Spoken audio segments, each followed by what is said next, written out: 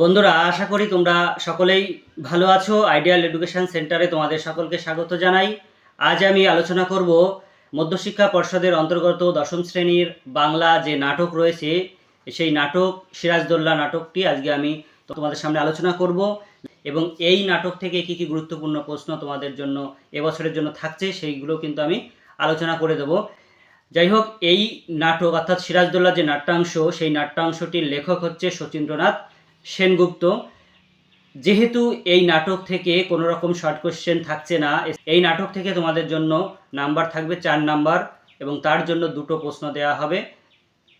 সেই দুটোর থেকে যে কোনো একটি প্রশ্নের তোমাদের উত্তর দিতে হবে। অর্থাৎ এই নাটকের যে অন্য অপশান, এই অন্য অপশান কিন্তু নেই। এই নাটকটা তোমাদের পড়তেই হবে আর এই নাটক থেকেই প্রশ্নের উত্তর অ্যাটেন্ড করতে হবে যদি কিনা তোমরা এই 4 নাম্বার পেতে চাও। আর এই 4 নাম্বার মাধ্যমিক পরীক্ষার জন্য কিন্তু খুবই গুরুত্বপূর্ণ, কারণ এক একটি নাম্বারও কিন্তু খুবই গুরুত্বপূর্ণ। তাই এই 4 নাম্বার কিন্তু খুবই, আর এই 4-এ 4 পেতে হবে কিভাবে সেগুলো আমি এখানে আলোচনা করে দেবো এবং কোন প্রশ্নটা তোমরা বা কোন প্রশ্নগুলো পড়লে তোমাদের আর পড়া লাগবে না সেগুলো আমি এই ভিডিওতে আলোচনা করে দেবো। যাই হোক, আমরা যেহেতু এখান থেকে শর্ট কোশ্চেন থাকছে না, তাই শর্ট কোশ্চেন নিয়ে আলোচনা করব না খুব একটা। আর লেখক পরিচিতি থেকেও এখান থেকে প্রশ্ন আসে না, তাই লেখক পরিচিতির মধ্যেও আমরা যাচ্ছি না। শুধু আমরা জেনে নেব যে এই বিখ্যাত নাট্যকার শচীন্দ্রনাথ সেনগুপ্তর এই যে নাট্যাংশটি, এই নাট্যাংশটি নেওয়া হয়েছে শচীন্দ্রনাথ সেনগুপ্তের মূল যে নাটক, সেই নাটকটার নাম হচ্ছে সিরাজদৌল্লা। অর্থাৎ মূল নাটকের নামও সিরাজদৌল্লা, আমাদের যে পাঠ্যাংশের নাটক সেটার নামও সিরাজদৌল্লা। আর এই মূল নাটকটি 3টি অঙ্কে বিভক্ত এবং 9টি দৃশ্যে বিভক্ত। 3টি অঙ্ক ও 9টি দৃশ্যে বিভক্ত। তার মধ্যে আমাদের যে নাট্যাংশটি সেটা হচ্ছে দ্বিতীয় অঙ্কের প্রথম দৃশ্য থেকে আমাদের এই নাট্যাংশটি গৃহীত হয়েছে। তাহলে উৎস তোমরা জানলে। এবার আমরা এই নাটকে যেগুলো আমাদের মনে রাখতে হবে সেগুলো হচ্ছে প্রধান চরিত্র। এখানে প্রধান চরিত্র হচ্ছে বাংলার শেষ স্বাধীন নবাব সিরাজদৌল্লা। সে হচ্ছে এই নাটকের প্রধান চরিত্র, তাকে কেন্দ্র করেই এই নাটকটা আবর্তিত হয়েছে, তাই নাট্যাংশের নামও সিরাজদৌল্লা এবং মূল নাটকের নামও কিন্তু সিরাজদৌল্লা। আর এই শেষ স্বাধীন নবাব সিরাজদৌল্লা কিভাবে তার পরিবারের শত্রুতার কারণে বা বিশ্বাসঘাতকতার কারণে, কিভাবে তার রাজ কর্মচারীদের বা সেনাপতিদের বিশ্বাসঘাতকতার কারণে ইংরেজদের দ্বারা পলাশির যুদ্ধে পরাজিত হয়, সেই তার কিছু আভাস কিন্তু আমরা এই নাটকে পেয়ে যাব। এবং আমরা এই নাটকে যে যে মূল চরিত্রগুলো পাচ্ছি সেগুলো একটু জেনে নেব। সেগুলো হচ্ছে সিরাজদৌল্লা, ওয়াটসন, মশিয়েলা। ওয়াটসন হচ্ছে ইংরেজ প্রতিনিধি, যার ষড়যন্ত্র তাদের কাছে ধরা পড়ে যায়, অর্থাৎ ইংরেজদের সঙ্গে যে চিঠির আদান প্রদান ওয়াটসন করেছে সেগুলো সিরাজের হাতে চলে আসে। তার জন্য সিরাজ তাকে তিরস্কার করে রাজপ্রাসাদ থেকে তাড়িয়ে দেয়। এবং আরও একটি আমরা চরিত্র দেখতে পাবো, মশিয়েলা। সে হচ্ছে ফরাসি প্রতিনিধি। তাদের কথা দিয়েছিলেন সিরাজ যে তাদের সুখে দুঃখে তাদের পাশে থাকবে, তাদের বিপদে তিনি রক্ষা করবেন, কিন্তু যেহেতু তার নিজেরই এখন বিপদ, তাই তিনি তাদেরকে এই সাহায্য করতে পারছে না। তার জন্য তিনি মশিয়েলার কাছে ক্ষমা চাইছেন। এবং আমরা আরও দেখতে পাবো যে এই নাটকে যে আরও একটি চরিত্র সিরাজের পরিবারের তার মাসি ঘরসেটি বেগম, সে সিরাজের পতন চাইছে। সিরাজের বিরুদ্ধে যে ষড়যন্ত্র, সেই ষড়যন্ত্রে সামিল হয়েছে সেই মাসি এবং তার পতন চাইছে বা মৃত্যু কামনা করছে। আর তাকে বোঝানোর চেষ্টা করছে সিরাজ যে তিনি আত্মীয়, তার মাসি, সে কেন এরকম কথা বলছে। আরও একটি আমরা চরিত্র পাবো, সেটা হচ্ছে লুৎফা, যে হচ্ছে নবাবের সহধর্মিণী বা স্ত্রী। এখানে লুৎফার চরিত্রটি আমরা দেখতে পাবো। এবং এছাড়াও আরও যেগুলো চরিত্রগুলো আমরা দেখতে পাবো সেগুলো হচ্ছে রাজ কর্মচারী, রাজদুল্লাহ, মির্জাফর, মোহনলাল, মীরমর্দন, বিভিন্ন রকম চরিত্রগুলো আমরা পার্শ্ব চরিত্রগুলো দেখতে পাবো। যাই হোক, এই নাটকের যে মূল বিষয়টা সেটা আমরা একটু সংক্ষেপে জেনে নেব, তারপরে লাইন ধরে ধরে আমরা আলোচনা করব। সংক্ষেপে একটু আমি বলছি এই নাটকের মূল বিষয়টা কি। এখানে আমরা আমাদের যতটুকু নাট্যাংশে আছে, আমাদের পাঠ্যাংশে আছে, সেটা আমরা একটু জেনে নেওয়ার চেষ্টা করব। সেটা হচ্ছে, প্রথমে আমরা দেখতে পাবো যে নবাব তার রাজপ্রাসাদে বসে রয়েছে এবং তার সভাসদগণ তাকে ঘিরে বসে রয়েছে এবং সেখানে ওয়াটসনের বিচার হচ্ছে।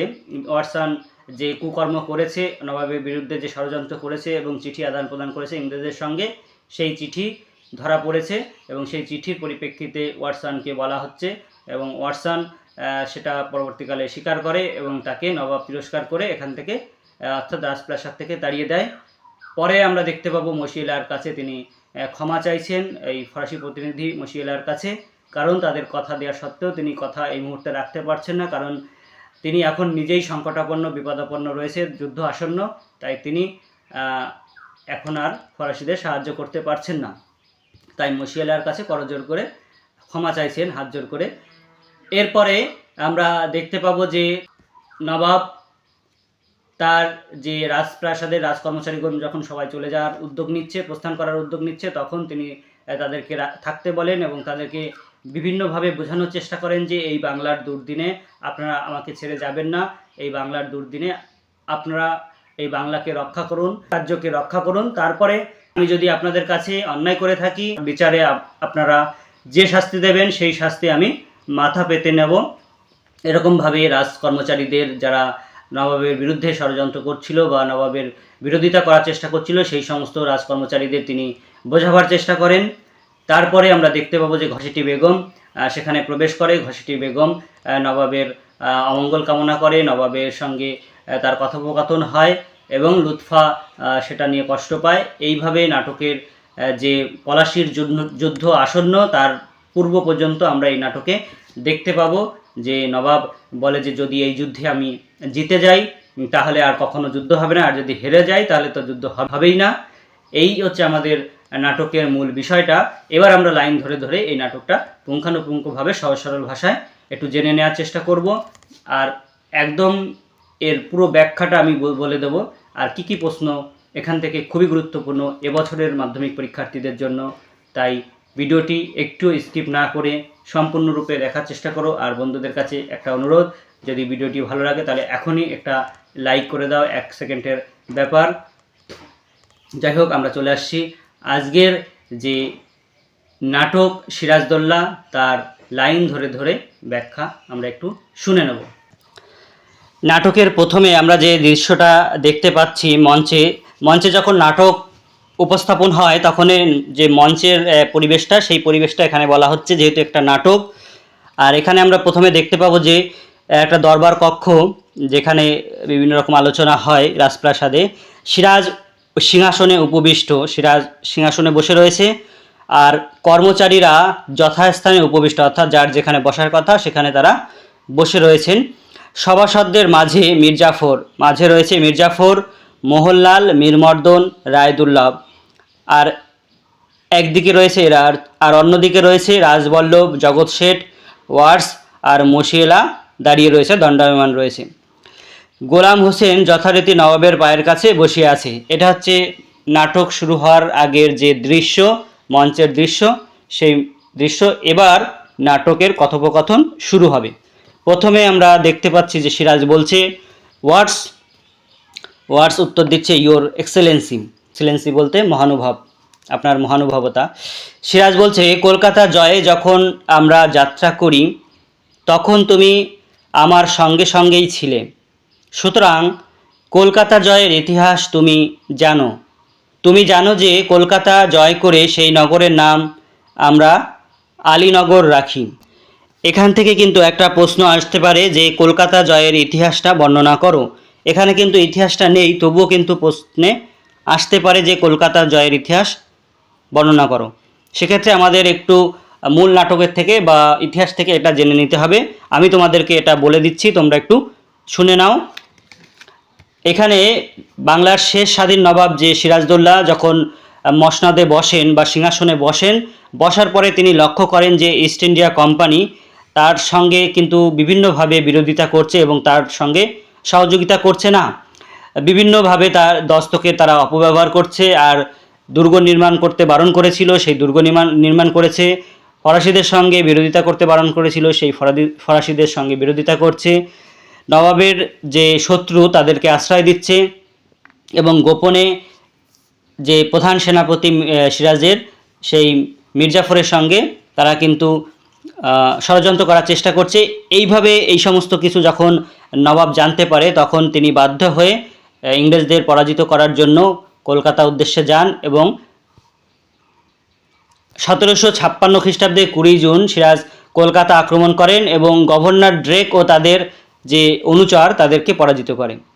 আর পরাজিত করার পর ফোর্ট উইলিয়াম দুর্গ ছেড়ে ইংরেজরা কিন্তু পালাতে বাধ্য হয়। আর এরপর সিরাজ তার যে দাদু, সেই দাদু আলীবর্দী খাঁর নাম অনুসারে ওই কলকাতা নগরের নাম রাখেন আলীনগর এবং সেখানে পরে মানিক চাঁদকে শাসনভার দিয়ে তিনি আবার মুর্শিদাবাদে তার রাজ্যে ফিরে আসেন। এটা হচ্ছে কলকাতা জয়ের ইতিহাস। যাই হোক, এরপরে আমরা চলে যাব। ওয়াটস বলছে, জানে ইয়োর এক্সেলেন্সি। সিরাজ বলছে, আলীনগরে তোমাদের কোম্পানির সঙ্গে যে সন্ধি হয় তার সব শর্ত তোমাদের জানা আছে। মানে আলীনগরে, অর্থাৎ এই কলকাতা জয়ের পর কলকাতা নগরের নাম রাখা হয় আলীনগর। সেই আলীনগরে ইংরেজদের সঙ্গে সিরাজের একটা সন্ধি হয়। হেরে যাওয়ার পর ইংরেজরা সন্ধি করতে বাধ্য হয়। সেই সন্ধির একটা শর্ত, মানে শর্তগুলো বলছে, তুমি যেহেতু আমার সঙ্গে ছিলে তাহলে তুমিও শর্তগুলো নিশ্চয়ই জানো। তোমাদের কোম্পানির সন্ধির সকল শর্ত যাতে রক্ষা করে তারই জন্যে প্রতিভূ রূপে তোমাকে মুর্শিদাবাদে রাখা হয়েছে। অর্থাৎ তোমার কোম্পানি, অর্থাৎ ইস্ট ইন্ডিয়া কোম্পানি যাতে সকল শর্ত মেনে চলে তার জন্য প্রতিভূ রূপে বলতে তাদের প্রতিনিধি রূপে তোমাকে মুর্শিদাবাদে রাখা হয়েছে। এখানে আমরা একটু জেনে নেব যে এই ওয়াটস, যাকে ওয়াটস বলা হচ্ছে, সে আসলে ওয়াটসন। সে হচ্ছে এই নবাবের যে রাজ্য মুর্শিদাবাদ, সেই মুর্শিদাবাদ থেকে মাত্র 9 কিলোমিটার দূরে কাশিমবাজারে একটা কুটি, সেই কুটির অধিপতি ছিল হচ্ছে এই ওয়াটস এবং তাকে বন্দি করে সিরাজ রেখেছে ইংরেজদের প্রতিনিধি হিসাবে, যাতে ইংরেজরা যদি তার শর্ত ভেঙে দেয় বা না মানে তাহলে এই ওয়াটসকে তারা শাস্তি দেবে। যাই হোক, প্রতিভূরূপে তোমাকে মুর্শিদাবাদে রাখা হয়েছে। কোম্পানি সন্ধি শর্ত রক্ষা না করলে যুদ্ধ ঘোষণার আগেই তোমাকে আমরা তোপের মুখে উড়িয়ে দিতে পারি, জানো। মানে নবাব বলছেন যে কোম্পানি যদি সন্ধির শর্তগুলো না মানে তাহলে কিন্তু যুদ্ধ ঘোষণার আগেই তোমাকে আমরা তোপের মুখে, তোপ বলতে এখানে কামানের মুখে উড়িয়ে দিতে পারি। এটা কি তুমি জানো? তারপরে ওয়ার্ডস বলছে, জানে ইয়োর এক্সেলেন্সি। মানে ও শুধু একই কথাই বলে যাচ্ছে, হ্যাঁ জানে ইয়োর এক্সেলেন্সি। সিরাজ বলছে, তুমি প্রস্তুত হও, অর্থাৎ তোমাকে তোপের মুখে উড়িয়ে দেওয়া হবে, তার জন্য প্রস্তুত হও। ওয়ার্ডস বলছে, আমি জানিলাম না আমাদের অপরাধ। ওয়ার্ডস তখন জিজ্ঞেস করছে যে আমার অপরাধটা কি, আমি বুঝতে পারছি না যে আমার কি অপরাধ যার জন্য আপনি আমাকে তোপের মুখে উড়িয়ে দিতে চাইছেন বা এরকম বলছেন। সিরাজ বলছে, তোমাদের অপরাধ সভ্যতার শিষ্টাচারের সীমা অতিক্রম করেছে। স্পর্ধা তোমাদের আকাশ স্পর্শী হয়ে উঠেছে। শুধু শান্তিভঙ্গের আশঙ্কায় আমি এতদিন তোমাদের সঙ্গে ভদ্র ব্যবহার করে এসেছি, কিন্তু ভদ্রতার অযোগ্য তোমরা। অর্থাৎ সিরাজ যাতে শান্তি ভঙ্গ না হয় তার জন্য এতদিন কিছু বলেননি, ভদ্র ব্যবহার করে এসছে ইংরেজদের সঙ্গে। ওয়ার্ডস বলছে, আপনার অভিযোগ বুঝিতে পারিলাম না। ওয়ার্ডস কিছুই বুঝতে পারছে না, তাই আবার জিজ্ঞেস করছে যে আপনার যে অভিযোগ সেটা আমি বুঝতে পারছি না, আপনি ক্লিয়ার করে বলুন।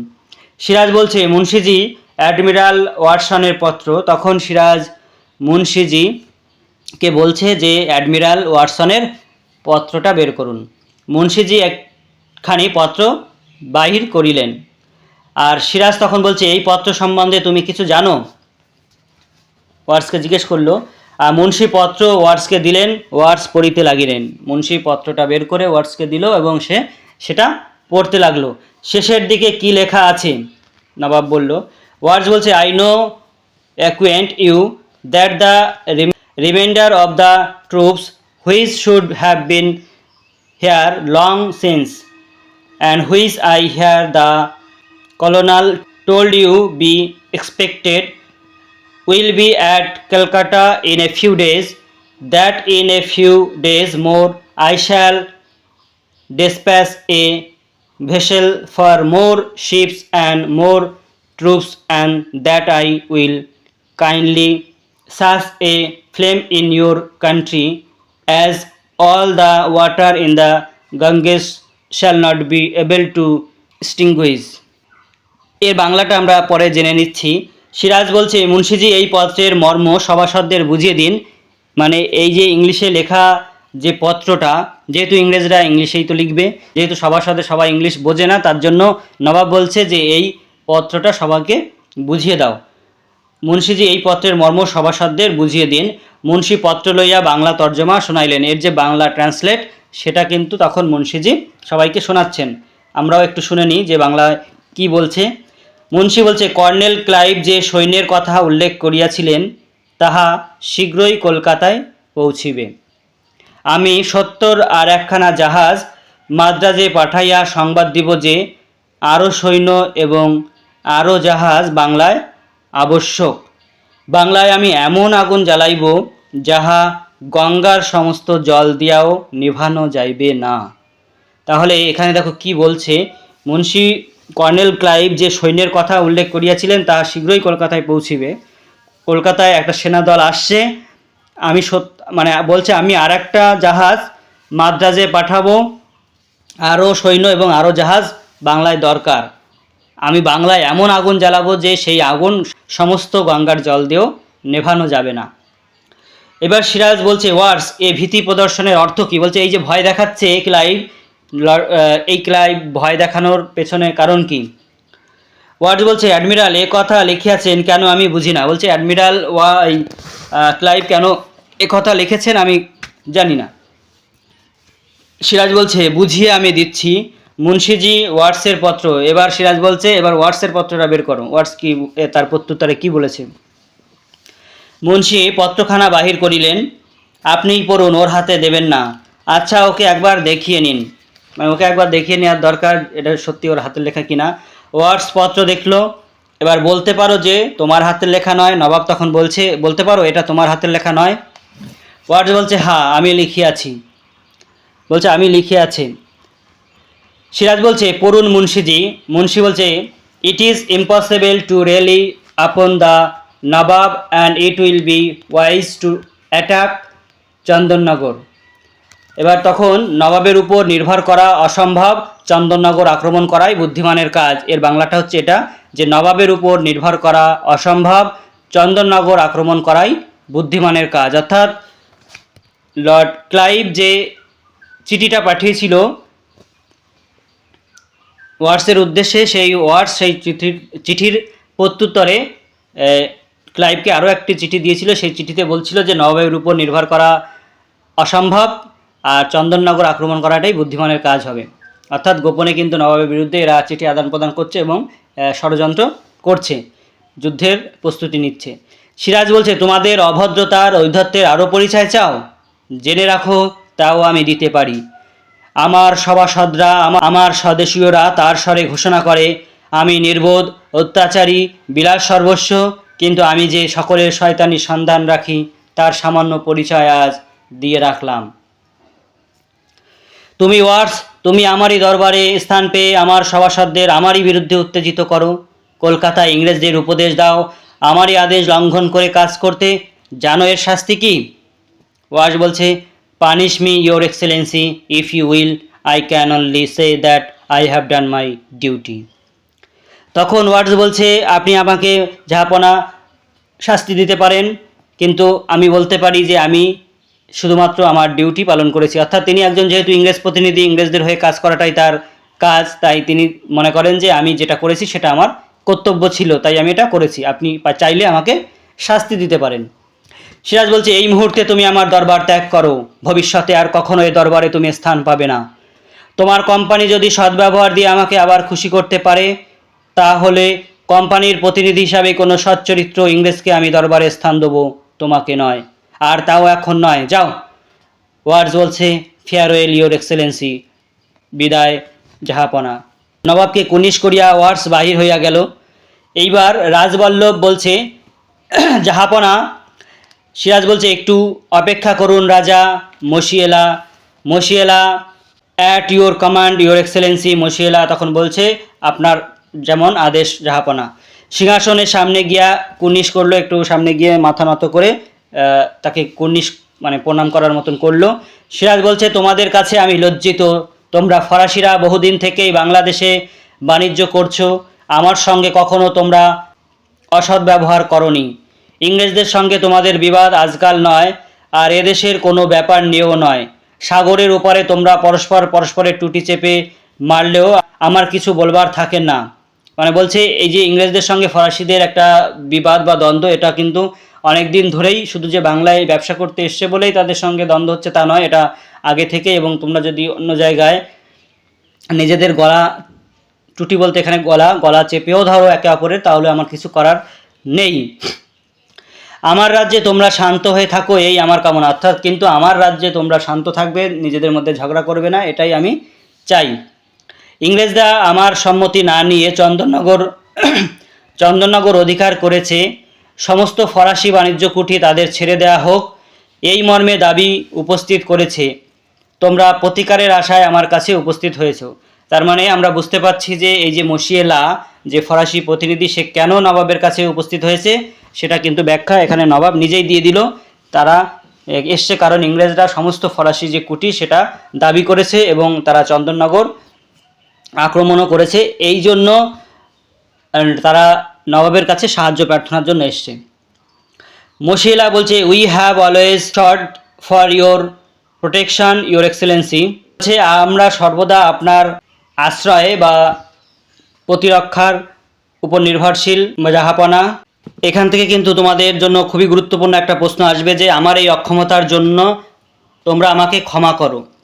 অর্থাৎ এই কথাটি কে বলেছে, কাকে বলেছে, কেন বলেছে, এটা ব্যাখ্যা করো, এরকম কিন্তু প্রশ্ন তোমাদের আসবে। এটা খুবই গুরুত্বপূর্ণ একটা প্রশ্ন। যখন এই মশিয়েলাকে নবাব সাহায্য করতে পারছে না বলল, বিভিন্ন কারণ দেখিয়ে, যে দুটো যুদ্ধ হয়েছে ইতিমধ্যে কলকাতা এবং পূর্ণিয়ার শওকত জঙ্গের সঙ্গে, তার জন্য তার বহু অর্থ এবং লোক মারা গেছে, এবং অর্থ ক্ষয় হয়েছে এবং লোক মারা গেছে, এবং তার মন্ত্রিমণ্ডলও কিন্তু এখন যুদ্ধ চাইছে না। এই পরিস্থিতিতে নবাবের মনের দিক থেকে মানে সমর্থন থাকলেও কিন্তু সমস্ত দিক থেকে বা যুদ্ধ করে তাদেরকে সাহায্য করতে পারছে না, ইংরেজদের সঙ্গে এখন যুদ্ধ করার পরিস্থিতি নেই। এই জন্য তিনি এই অক্ষমতার কথা মশিয়েলাকে জানিয়েছেন। পরে আমরা দেখব যে এবার সভা কিছুটা স্তব্ধ হয়ে গেল। সভা কিছুকাল স্তব্ধ রহিল। মশিয়েলা মাথা নত করিয়া দাঁড়াইয়া রইলেন। মশিয়েলা মাথা নত করে দাঁড়িয়ে রয়েছে।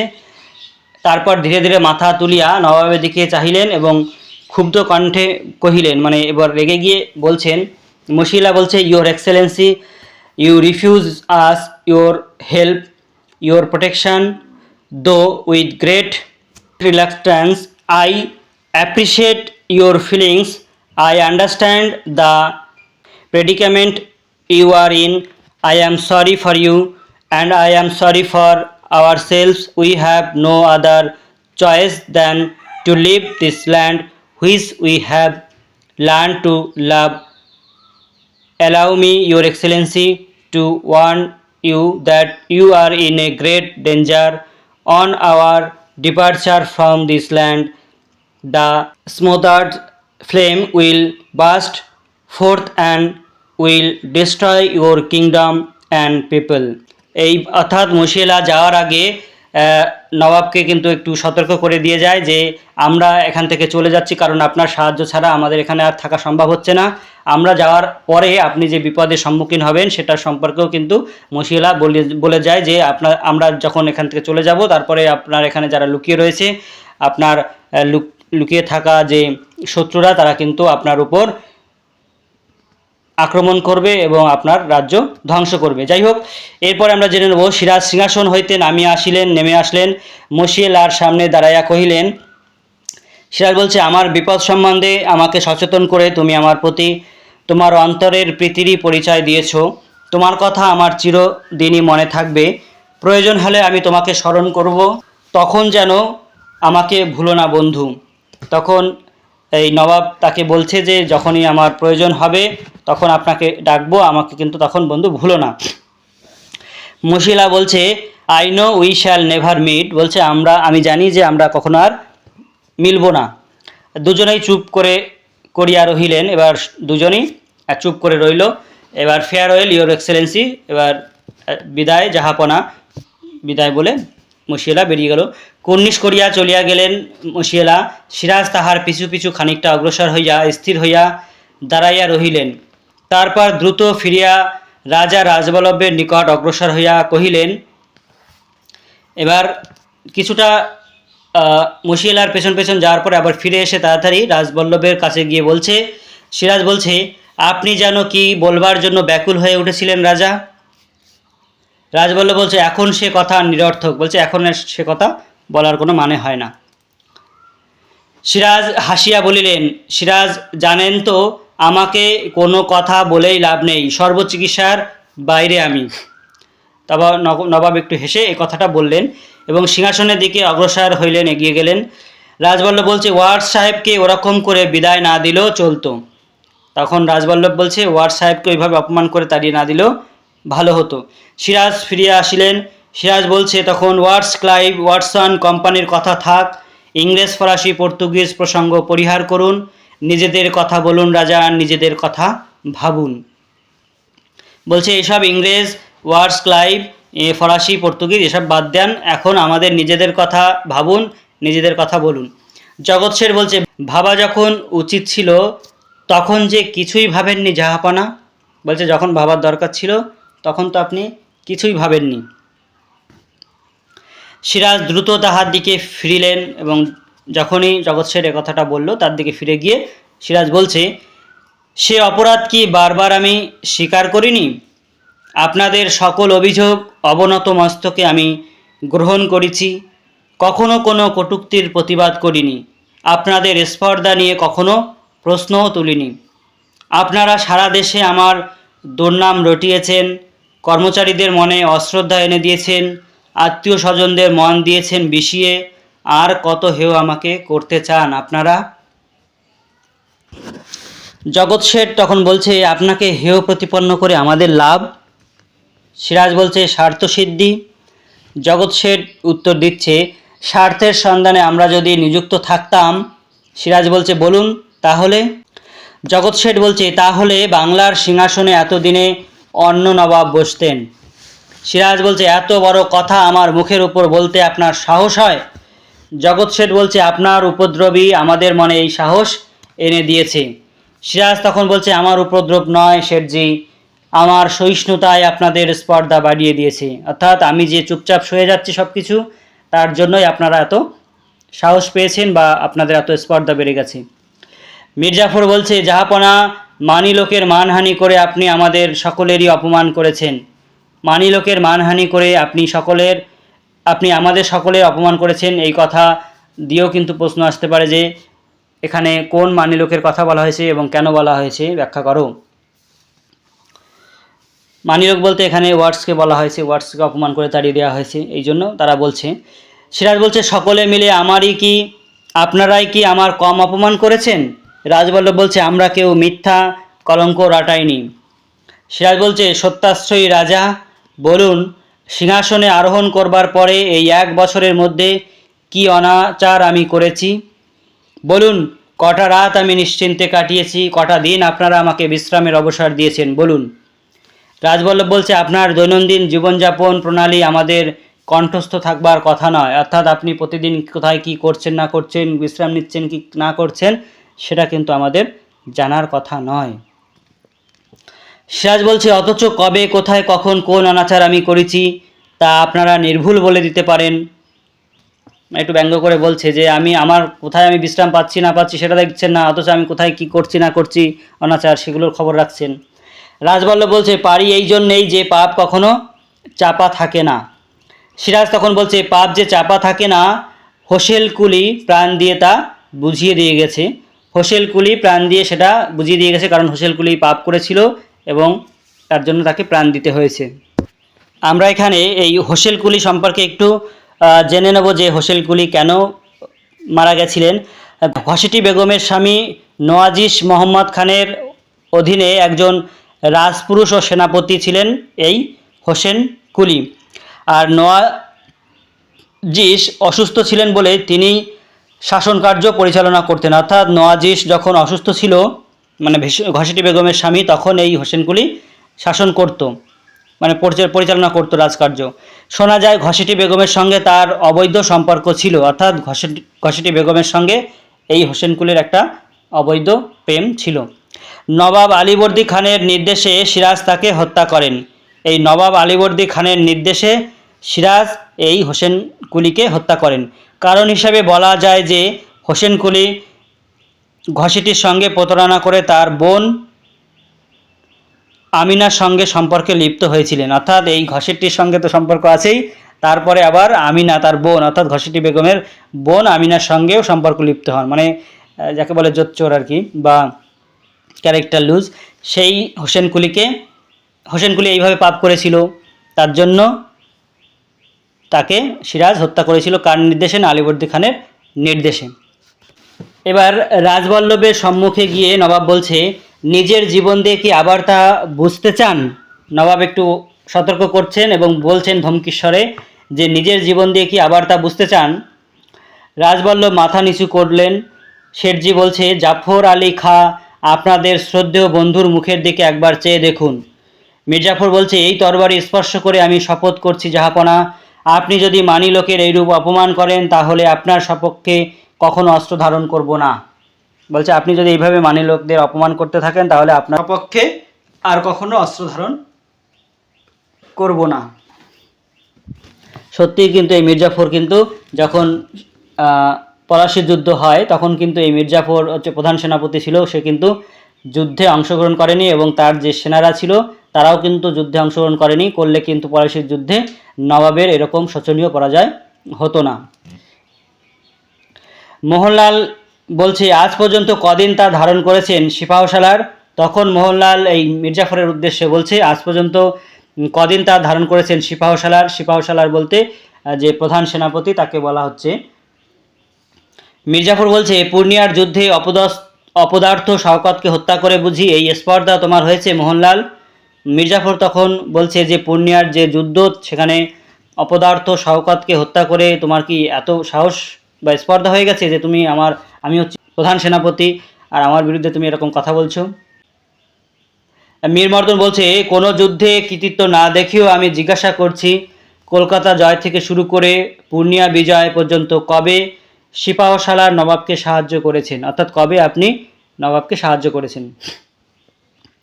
মির্জাফর বলছে, জাহাপনা নিচের এই স্পর্ধা, বলছে যেহেতু মীর মর্দন হচ্ছে মির্জাফরের থেকে নিচু পোস্টের কর্মচারী, তার জন্য তিনি নবাবকে বলছেন যে নিচ, অর্থাৎ সে আমার থেকে নিচু পোস্টে থাকা সত্ত্বেও সে আমাকে এইভাবে কথা বলছে।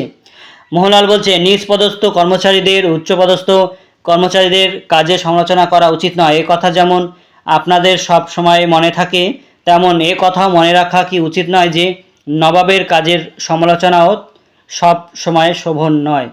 অর্থাৎ আমরা নিচু হয়ে যদি আপনাদের উচ্চপদস্থ কর্মচারীদের সমালোচনা করতে না পারি তাহলে আপনাদেরও এটা মনে রাখা উচিত যে নবাবের কাজের সমালোচনাও সবসময় আপনাদের করা উচিত নয়। অর্থাৎ আপনারাও তো নবাবের থেকে নিচু পদের কর্মচারী, আপনারাও তো নবাবের সমালোচনা করছেন।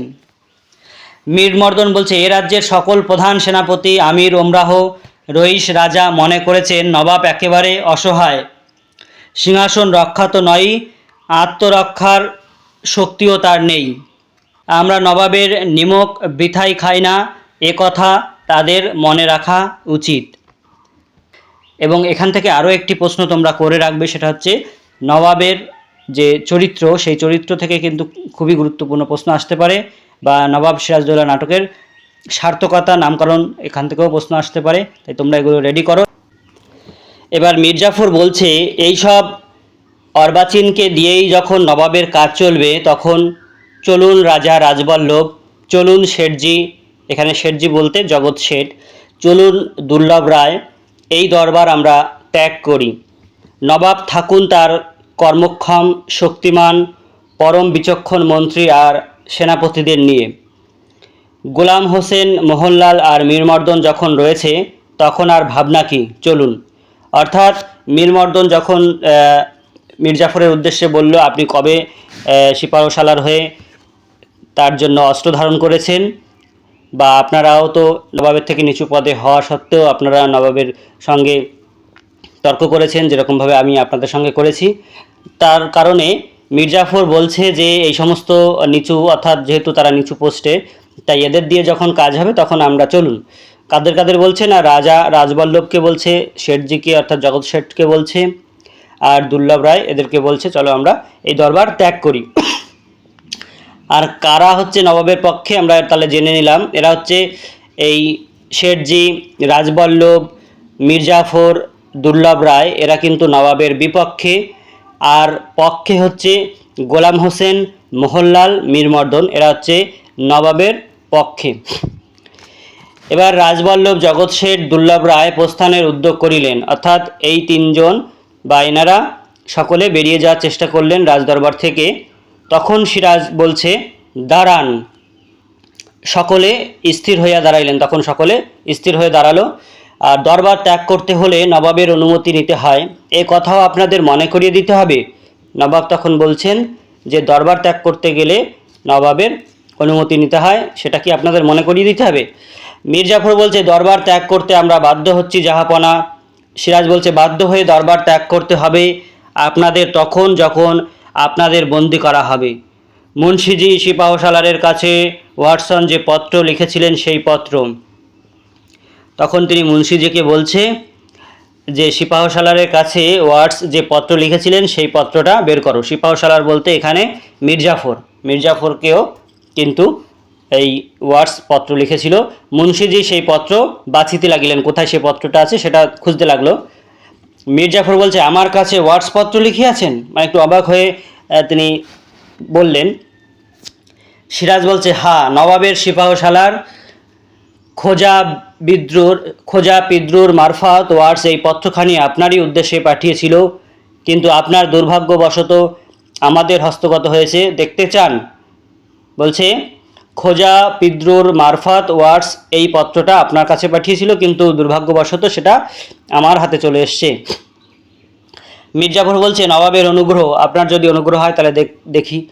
সিরাজ বলছে সভাসদদের শুনিয়ে দেবো। মির্জাফর বলছে পত্রের বিষয় তো আমি অবগত নই জাহাপনা। সিরাজ বলছে সবাইকে শুনিয়ে আপনাকে লজ্জা দেব না, কেননা আপনি আমার সিপাহসালার বলতে প্রধান সেনাপতি।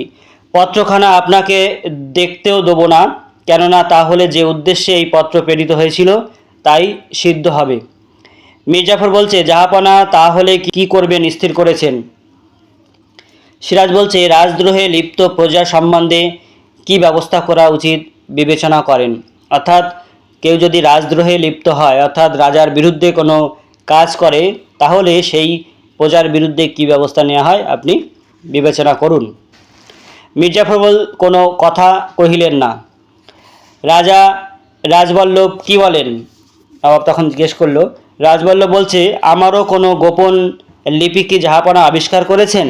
তখন তিনি একটু ব্যঙ্গ করে বলছে যে আমারও কি কোনো গোপন চিঠি বা লিপি আপনি আবিষ্কার করেছেন? সিরাজ বলছে রাজা রাজবল্লভকে আমরা চিনি, তিনি কাঁচা কাজ করেন না। জাফর আলী খাঁ বলছে আমরা রাজবল্লভকে চিনি, তিনি কাঁচা কাজ করবেন না, অর্থাৎ তার চিঠি ধরা সম্ভব নয়। মির্জাফর বলছে নবাব কি প্রকাশ্য দরবারেই আমার বিচার করতে চান? নবাব তাহার দিকে চাহিলেন, তিনি সিংহাসন হইতে নামিয়া আসিলেন। তাহার দিকে বলতে এখানে মির্জাফরের দিকে তাকালো এবং সিংহাসন থেকে নেমে আসলেন। সিরাজ বলছে জাফর আলী খাঁ আজ বিচারের দিন নয়, সৌহার্দ্য স্থাপনের দিন। অন্যায় আমিও করেছি, আপনারাও করেছেন। খোদা তালার কাছে কে বেশি অপরাধী তা তিনিই বিচার করবেন। আজ আপনাদের কাছে এই ভিক্ষা যে আমাকে শুধু এই আশ্বাস দিন যে বাংলার এই দুর্দিনে আমাকে ত্যাগ করবেন না। তাহলে নবাব চাইছেন এই সমস্ত কিছু যা যা হয়েছে সব ভুলে গিয়ে এখন যেহেতু বাংলার এখন দুর্দিন বা সময় খারাপ, এই দুর্দিনে সকলে যদি একসঙ্গে থাকা যায় তাহলে কিন্তু এই দুর্দিনকে সুদিনে পরিবর্তন করা সম্ভব। তাই তিনি সকলকে বলছেন যে বাংলার দুর্দিনে আমাকে অর্থাৎ রাজ্যকে ত্যাগ করবেন না। রাজবল্লভ বলছে এই দুর্দিনের জন্য কে দায়ী জনাব? তখন রাজবল্লভ প্রশ্ন করছে যে এই দুর্দিনে যে আজকে বাংলার এই খারাপ অবস্থা, এর জন্য দায়ী কে? অর্থাৎ ইনডাইরেক্টলি তিনি নবাবকেই দায়ী করার চেষ্টা করলেন। আর এখান থেকে কিন্তু তোমাদের একটা গুরুত্বপূর্ণ প্রশ্ন আসতে পারে যে বাংলার এই দুর্দিনে আমাকে ত্যাগ করবেন না, কে কাদের উদ্দেশ্যে এই কথাগুলো বলেছিল এবং কেন বলেছিল? তা আমি তো অলরেডি বলেই দিলাম যে কেন বলেছিল, কারণ বাংলায় আজকে দুর্দিন চলছে, সেই দুর্দিন থেকে রক্ষা করার জন্য সকলের সহযোগিতা দরকার। অর্থাৎ আসন্ন প্রায় যে পলাশির যুদ্ধ, সেই পলাশির যুদ্ধের কথাই কিন্তু এখানে বলা হয়েছে। রাজবল্লভ বলছে, এই দুর্দিনের জন্য কে দায়ী জনাব? সিরাজ বলছে, আবারও বিচার? রাজা বলছে, আবারও সেই কথা? রাজবল্লভ বলছে, বিচার নয় জাহাপনা, আমি বলতে চাই যে এখনও সময় আছে, এখনও ইস্ট ইন্ডিয়া কোম্পানির সঙ্গে আপোষে নিষ্পত্তি সম্ভবপর।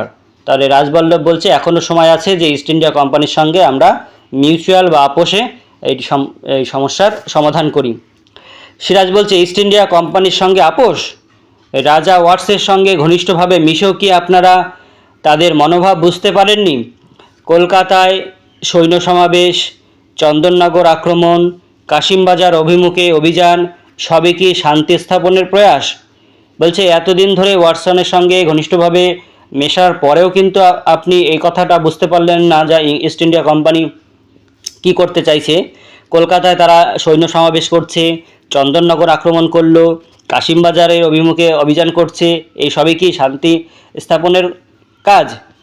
নবাব এটা রাজবল্লভের উদ্দেশ্যে প্রশ্নটা ছুড়ে দিলেন। জগৎ শেঠ বলছে, নবাব যদি কলকাতা আক্রমণ না করতেন তাহলে এসব কিছুই আজ হতো না। তাহলে জগৎ শেঠ দায়ী করছে এসবের পিছনে কি কাকে? না, যে তিনি যে কলকাতায়, অর্থাৎ নবাব কলকাতা আক্রমণ করে কলকাতার নাম আলীনগর রেখেছিলেন, সেই ঘটনাকে দায়ী করছেন। সিরাজ বলছে, কলকাতার দুর্গকে তারা যদি দুর্ভেদ্য করে তুলতে না চাইতো তাহলে আমাকেও কলকাতা আক্রমণ করতে হতো না।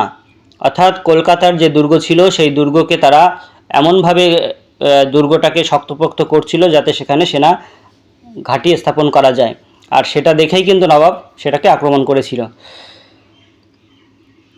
বাংলাদেশ অরাজক ছিল না, কোম্পানির দুর্গ প্রতিষ্ঠার কি প্রয়োজন ছিল বলতে পারেন? বলছে, কোম্পানি ব্যবসা করতে এসছে ঠিক আছে, কিন্তু সেখানে দুর্গ কেন স্থাপন করতে যাচ্ছে, তাও আবার এত পাকাপোক্তভাবে? মির্জাফর বলছে, আপনি আমাদের কি করতে বলেন জাহাপনা? বলছে, আমাদেরকে কি করতে বলছেন? সিরাজ বলছে, সবার আগে বলি, বাংলার মান, বাংলার মর্যাদা, বাংলার স্বাধীনতা রক্ষার প্রয়াসে আপনারা আপনাদের শক্তি দিয়ে, বুদ্ধি দিয়ে সর্বরকমে আমাকে সাহায্য করুন। বলছে, বাংলার মান, বাংলার মর্যাদা, বাংলার স্বাধীনতা রক্ষার জন্য আপনারা আপনাদের শক্তি দিয়ে, বুদ্ধি দিয়ে সর্বরকমে আমাকে সাহায্য করুন। আপনাদের সকলের সমবেত চেষ্টার ফলে যদি এই বিপদ থেকে আমরা পরিত্রাণ পাই তাহলে একদিন আপনারা আমার বিচারে বসবেন। বলছে, এই বাংলার এই সমস্যা থেকে যদি আমরা মুক্ত হই তখন আপনারা না হয় আমার বিচার করবেন। সেদিন যে দণ্ড আপনারা দেবেন আমি মাথা পেতে নেব। আমাকে অযোগ্য মনে করে আর কাউকে যদি এই সিংহাসনে বসাতে চান আমি হৃষ্ট মনে সিংহাসন ছেড়ে দেব। সকলে নীরব রহিলেন, সকলে তখন চুপচাপ রইলেন। জাফর আলী খাঁ, আপনি শুধু সিপাহসালার নন, আপনি আমার পরম আত্মীয়, বিপদে আপনজন জেনে বুকে ভরসা নিয়ে যার কাছে দাঁড়ানো যায় সেই না আত্মীয়? তাহলে আত্মীয় সংজ্ঞা হিসাবে এখানে সিরাজদৌল্লা কি বলছেন, যে বলছে বিপদে আপনজন জেনে বুকে ভরসা নিয়ে যার কাছে দাঁড়ানো যায় সেই না আত্মীয়। লোভে পড়ে অথবা মোহের বশে মানুষ অনেক সময় অনেক অন্যায় কাজে প্রবৃত্ত হয়, কিন্তু কর্তব্যের আহ্বানে লোভ মোহ জয় করে যে মেরুদণ্ড সোজা করে দাঁড়াতে পারে সেই তো পুরুষ। সেই পৌরুষ আপনার আছে আমি জানি। অর্থাৎ জাফর আলী খাঁকে নবাব উৎসাহিত করার জন্য তার প্রশংসা করলেন। একটু চুপ করিয়া সকলের মুখভাব লক্ষ্য করিয়া দেখিলেন, তারপর আবার বলিতে লাগিলেন। সকলের দিকে একটু তাকালেন এবং কে কী ভাবছে এটা দেখার পর আবার বলতে লাগলেন যে রাজা রাজবল্লভ, ভাগ্যবান জগৎ শেঠ, শক্তিমান রায়দুর্লভ, বাংলা শুধু হিন্দুর নয়, বাংলা শুধু মুসলমানের নয়, মিলিত হিন্দু মুসলমানের মাতৃভূমি গুলবাগ এই বাংলা। এখান থেকে কিন্তু প্রশ্ন আসতে পারে যে বাংলা শুধু হিন্দুর নয়, বাংলা শুধু মুসলমানের নয়, মিলিত হিন্দু মুসলমানের মাতৃভূমি গুলবাগ এই বাংলা। এই বক্তব্যের মধ্য দিয়ে বক্তার কি মনোভাব ফুটে উঠেছে বা বাংলায় হিন্দু মুসলমানের ঐক্য কিভাবে বজায় ছিল সেটা ব্যাখ্যা করো। অপরাধ আমি যা করেছি তা মিলিত হিন্দু মুসলমানের কাছেই করেছি, আঘাত যা পেয়েছি তাও মিলিত হিন্দু মুসলমানের কাছ থেকেই পেয়েছি। পক্ষপাতিত্বের অপরাধে কেউ আমরা অপরাধী নই, সুতরাং আমি মুসলমান বলে আমার প্রতি আপনারা বিরূপ হবেন না। আবার চারিদিকে চাহিয়া দেখিলেন, আবার বলিলেন, আবার চারিদিকে চেয়ে আবার বলছেন, বাংলার ভাগ্যাকাশে আজ দুর্যোগের ঘনঘটা, তার শ্যামল প্রান্তরে আজ রক্তের আলপনা, জাতির সৌভাগ্য সূর্য আজ অস্তাচলগামী। এখান থেকে কিন্তু খুবই গুরুত্বপূর্ণ প্রশ্ন আসতে পারে, ভালো করে এই প্রশ্নটা তোমরা একটু শোনো। বলছে বাংলার ভাগ্যাকাশে আজ দুর্যোগের ঘনঘটা, তার শ্যামল প্রান্তরে আজ রক্তের আলপনা, জাতির সৌভাগ্য সূর্য আজ অস্তাচলগামী। এই কথার তাৎপর্য ব্যাখ্যা করো। শুধু সুপ্ত সন্তান শিয়রে রুদ্রমানা জননী নিশাবসানের অপেক্ষায় প্রহর গণনায় রত। কে তাকে আশা দেবে, কে তাকে ভরসা দেবে, কে শোনাবে জীবন দিয়ে রোধ করব মরণের অভিযান। বলছে শুধু সুপ্ত সন্তান শিহরে রুদ্রমানা জননী নিশাবসানে অর্থাৎ রাত্রি অবসানের অপেক্ষায় রয়েছে, প্রহর গুনছে। কে তাকে আশা দেবে, কে তাকে ভরসা দেবে, কে শোনাবে জীবন দিয়েও রোধ করব মরণের অভিযান। মির্জাফর বলছে জাহাপনা জনাব। সিরাজ বলছে আপনি, হ্যাঁ আপনি সেফাশালার, আপনিই তা পারেন। বলছে কে এই সন্তানকে, সুপ্ত যে সন্তান অর্থাৎ আমাদের বাংলার যে ভবিষ্যৎ, সেই ভবিষ্যৎকে কে আশা দেবে, কে ভরসা দেবে, কে শোনাবে তার জীবন দিয়েও রোধ করব মরণের এই অভিযান। মরণ যে আসছে অর্থাৎ যুদ্ধ আসছে, সেই যুদ্ধটাকে কে রোধ করবে। তাই সিরাজ তার প্রশংসা করে, মির্জাফরের প্রশংসা করে বলছে হ্যাঁ আপনি সিপাহসালার প্রধান সেনাপতি, আপনিই তা পারেন এই বিপদ মুক্ত করতে। মির্জাফর বলছে আমি শপথ করছি জাহাপনা, আজ থেকে সর্বসময়ে সর্বক্ষেত্রে আপনার সহায়তা করব। মোহনলাল বলছে আমিও শপথ করছি সিপাহসালারের সকল নির্দেশ মাথা পেতে নেব। মীরমর্দন বলছে তার আদেশে হাসি মুখে মৃত্যুকে বরণ করব। সিরাজ বলছে আমি আজ ধন্য, আমি আজ ধন্য। গোলাম হোসেন বলছে জনাব পলাশির কথা আমাকে স্মরণ করিয়ে দিতে বলেছিলেন। গোলাম হোসেনকে নবাব আগে বলে রেখেছিল যে পলাশির কথাটা একটু স্মরণ করিয়ে দিতে, তাই স্মরণ করিয়ে দিল। সিরাজ বলছে হ্যাঁ পলাশি, সিপাহসালার পলাশি প্রান্তরে আমাদের সৈন্য সমাবেশ করতে হবে। ক্লাইভের নেতৃত্বে কোম্পানির ফৌজ সেই পথে এগিয়ে আসছে। আপনার আদেশ পালন করবার জন্য রায়দুল্লাভ, ইয়ার লতিফ, মোহনলাল, মীরমর্দন, নিফরে সবাই নিজ নিজ সৈন্যবাহিনী নিয়ে সেখানে উপস্থিত থাকবেন। আপনিও আপনার আদেশবহ হয়ে থাকব, আমিও আপনার আদেশবহ হয়ে থাকব। আপনাদের আর আমি দরবারে আবদ্ধ রাখব না। আপনারা পলাশি যাত্রার আয়োজন করুন। অর্থাৎ পলাশি প্রান্তরে যে লর্ড ক্লাইভ সেনাবাহিনী নিয়ে উপস্থিত হচ্ছে, সেখানে আগে থেকে আমরা সেনাবাহিনী পাঠাতে হবে আপনার নির্দেশের জন্য। অর্থাৎ যেহেতু প্রধান সেনাপতি হচ্ছে মির্জাফর, তার আদেশের জন্য সবাই ওয়েট করছে কারা? রায়দুল্লাভ, ইয়ার লতিফ, মোহনলাল, মীরমর্দন, সিনফ্রে, এরা সবাই সেনাবাহিনী নিয়ে উপস্থিত থাকবে, তার জন্য এই প্রধান সেনাপতির আদেশের অপেক্ষা করছে। প্রথমে সৈন্যাধ্যক্ষগণ এবং পরে সভাসদগণ দরবার ত্যাগ করিলেন। প্রথমে সৈন্যাধ্যক্ষগণ সেনাপতিগণ, তারপরে সভাসদ বাকিগণ দরবার ত্যাগ করলেন। রহিলেন শুধু সিরাজ আর গোলাম হোসেন। সিরাজ চারিদিকে চাহিলেন, তারপর ধীরে ধীরে সিংহাসনের দিকে অগ্রসর হইলেন।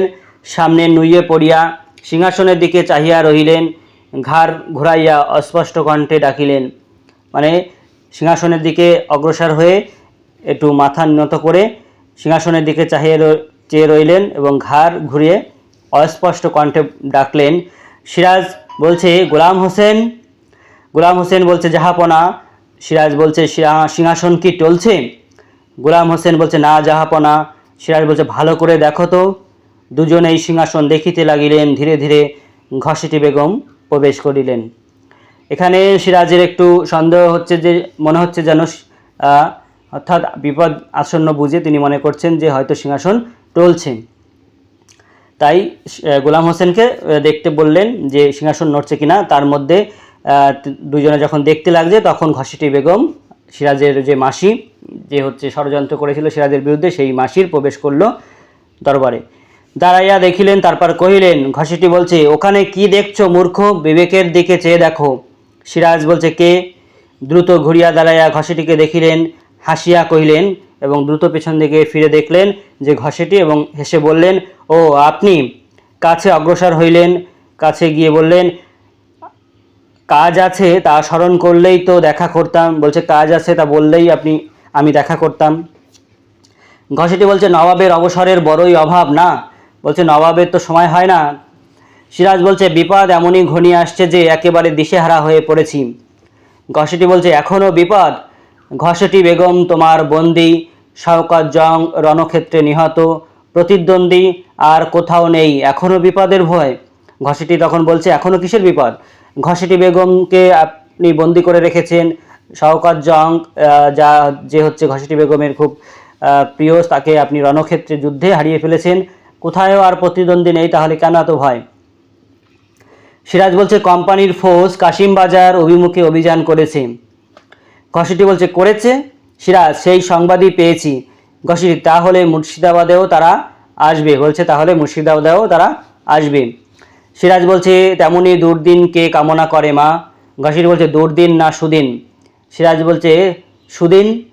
বলছে কিসের সুদিন? ঘসেটি বলছে সুদিন নয়, ঘসেটির বন্ধন মোচন হবে, সিরাজের পতন হবে, সুদিন নয়। তাহলে এই যে দুর্দিন না সুদিন, এই কথাটা ব্যাখ্যা করো, কোনটা দুর্দিন এবং কোনটা কার কাছে সুদিন, এটা ব্যাখ্যা করো। এখান থেকে কিন্তু প্রশ্ন আসতে পারে। অর্থাৎ এই ইংরেজরা যদি আক্রমণ করে তাহলে সিরাজের পতন হবে আর ঘসেটি বেগম মুক্ত হবে। অর্থাৎ ঘসেটি বেগমকে যে বন্দি করে রেখেছে সেখান থেকে সে মুক্ত হবে। তার জন্য তিনি বলছেন এই ইংরেজদের আক্রমণটাই হচ্ছে ঘসেটির কাছে সুদিন এবং সিরাজের কাছে সেটা দুর্দিন। সিরাজ বলছে আপনি বুঝতে পারছেন না, আপনি কি বলছেন? ঘসেটি বলছে বেশ বুঝতে পারছি, অন্তরে যে কথা দিনরাত গুমড়ে গুমড়ে মরছে তাই আজ ভাষায় প্রকাশ করছি। অর্থাৎ সে মনে মনে সবসময় সিরাজের এরকমভাবে সিরাজের পতন চাইতো আর কি। মাসিকে তুমি গৃহহারা করেছো, মাসির সর্বস্ব লুটে নিয়েছো, মাসিকে দাসী করে রেখেছো, মাসি তা ভুলবে? সিরাজ বলছে অকারণে অভাগাকে আর তিরস্কার করবেন না। ঘসেটি বলছে অকারণে? সিরাজ নয় কি, ঘসেটি মতিঝিলকে অধিকার করেছে, আমার সঞ্চিত সম্পদকে হস্তগত করেছে। ঘসেটি তখন অভিযোগ করছে যে মতিঝিল, যেখানে অনেক মণিমুক্ত পাওয়া যেত যে ঝিলে, সেটা কে অধিকার করেছে? আমার সঞ্চিত সম্পদ কে হস্তগত করেছে? কে আমার পালিত পুত্রকে সিংহাসন থেকে দূরে রেখেছে? তুমি নাও দস্যু। তাহলে ঘসেটি বেগম সিরাজের বিরুদ্ধে যে অভিযোগগুলো আনছে সেগুলো হচ্ছে মতিঝিল অধিকার করে নেওয়া, সঞ্চিত সমস্ত সম্পদ কেড়ে নেওয়া, পালিত পুত্রকে সিংহাসন থেকে দূরে রাখা, এগুলো হচ্ছে সিরাজের বিরুদ্ধে ঘসেটি বেগমের অভিযোগ। সিরাজ বলছে মতিঝিল আপনারই রয়েছে মা। ঘসেটি তাহলে সেখানে যাবার অধিকার কেন আমার নেই? সিরাজ বলছে রাজনীতির কারণে। ঘসেটি বলছে তোমার রাজনীতির সঙ্গে আমার সম্বন্ধ, তোমার রাজনীতির সঙ্গে আমার কি সম্পর্ক? আমার রাজ্য নাই, তাই আমার কাছে রাজনীতিও নাই, আছে শুধু প্রতিহিংসা, অর্থাৎ যে অন্যায় আমার সঙ্গে করেছো তার হিংসা অর্থাৎ বদলা। এই প্রতিহিংসা আমার পূর্ণ হবে সেই দিন যেদিন তোমার এই প্রাসাদ অপরে অধিকার করবে। তোমাকে ওই সিংহাসন থেকে ঠেলে ফেলে শওকত জঙ্গের মতো কেউ যেদিন তোমাকে, তখন লুৎফা ছুটিয়া আসিল। লুৎফা হচ্ছে নবাবের স্ত্রী বা সহধর্মিণী। লুৎফা বলছে মা মা তোমার মুখের ও কথা শেষ করো না মা। ঘসেটি বলছে নবাব মহিষী। লুৎফা তখন বলছে নবাব মহিষী নই মা, তোমার কন্যা। ঘসেটি বলছে নবাব মহিষী নাও, আজ ভাবছো খুবই বিনয় করলে, কিন্তু দুর্দিন বাদে ওই কথাই সত্য হবে, এই আমার মতো জীবনযাপন করতে হবে। লুৎফা তখন বলছে নবাব, ঘসেটি তখন বলছে নবাব মহিষী এই বাদীর বিরুদ্ধে অভিযোগ করছেন, নবাব বাদীকে দণ্ড দিয়ে মহিষীকে খুশি করুন। নবাব ঘসেটি তখন বলছে যে আপনার স্ত্রী আমার বিরুদ্ধে অভিযোগ করছে, আমাকে শাস্তি দিয়ে আপনার স্ত্রীকে খুশি করুন। লুৎফা বলছে ঝাঁপনা, ওকে ওর প্রাসাদে ফিরে যেতে দিন। সিরাজ বলছে দেবো লুৎফা, সময় এলেই পাঠিয়ে দেবো।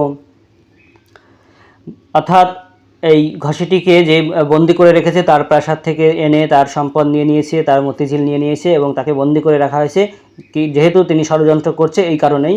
তখন এই লুৎফা বলছে ওনার যা যা আছে সব ফিরিয়ে দিন। ঘসেটি বলছে এখনও আশা, সময় আসবে। লুৎফা বলছে অমন করে ও কথা বলো না মা, বুক আমার কেঁপে ওঠে। ঘসেটি বলছে তোমার বুক কেঁপে ওঠে আর আমার বুক যে জ্বলে পুড়ে খাক হয়ে যাচ্ছে, তা কি তোমরা বুঝেছো না কখনো বুঝতে চেয়েছো? অনাথা বিধবা আমি নিজের গৃহে দুঃখকে সাথী করে পড়েছিলাম, অত্যাচারের প্রতিকারে অক্ষম হয়ে ডুকরে কেঁদে সান্ত্বনা পেতাম। তোমরা তাতেও বাদ সাধলে, ছল করে ধরে এনে পাপ পুরীতে বন্দিনী করে রাখলে, তোমাদের আমি ক্ষমা করব। অর্থাৎ তাকে বন্দি করে রাখা হয়েছে, তার প্রাসাদেও রাখা হয়নি, এই জন্য তিনি এইসব কথাগুলো বলছেন, আক্ষেপের কথাগুলো আর কি। সিরাজ বলছে, আর আমরাই বুঝি ক্ষমা করব বিদ্রোহিণীকে? মায়ের মতো সম্মান দিয়ে মায়ের বোনকে মায়ের পাশেই বসিয়ে রাখতে চেয়েছিলাম, তোমার তা ভালো লাগছে না, আজ ভয় হচ্ছে শেষটায় না বাধ্য হয়ে তোমাকে বন্দিনীর মতোই কারাগারে স্থান দিতে হয়। লুৎফা বলছে, নবাব জাহাপনা। সিরাজ বলছে, ঘরে বাইরে প্রতিনিয়ত এই বাক্যজ্বালা আমি আর সইতে পারি না লুৎফা। এমন কোনো অপরাধ আমি করিনি যার জন্য সকলের কাছে সবসময় অপরাধীর মতো আমাকে করজোড়ে থাকতে হবে। অর্থাৎ ঘরের দিকে ঘরের শত্রু, আত্মীয় স্বজনের শত্রুতা, এদিকে তার যে সিপাহ সালাররা বা সভাসদগণ তাদের শত্রুতা, ইংরেজদের শত্রুতা, বিভিন্ন কারণে সিরাজ মানে জর্জরিত, তাই তিনি কথা বলছেন। দুই হাতে মাথা চাপিয়া ধরিলেন, অর্থাৎ দুঃখে তিনি মাথা চেপে ধরলেন, কি করবেন বুঝতে পারছেন না। তারপরে ঘসেটি বলছে, অপরকে বঞ্চিত করে যে সিংহাসন পেয়েছো, সে সিংহাসন তোমাকে শান্তি দেবে ভেবেছ? সিরাজ বলছে, আমি জানি কেমন করে ওদের কণ্ঠরোধ করা যায়, কেমন করে স্পর্ধায় উন্নত ওদের শির আবার পায়ের তলায় নুইয়ে দেওয়া যায়। শুধু আমার মুখের একটি কথা, চোখের একটি ইঙ্গিত সাপেক্ষ, আমি তাও পারি না। পারি না শুধু আমি কঠোর নই বলে, পারি না শুধু পরের ব্যথায় আমার প্রাণ কেঁদে ওঠে বলে।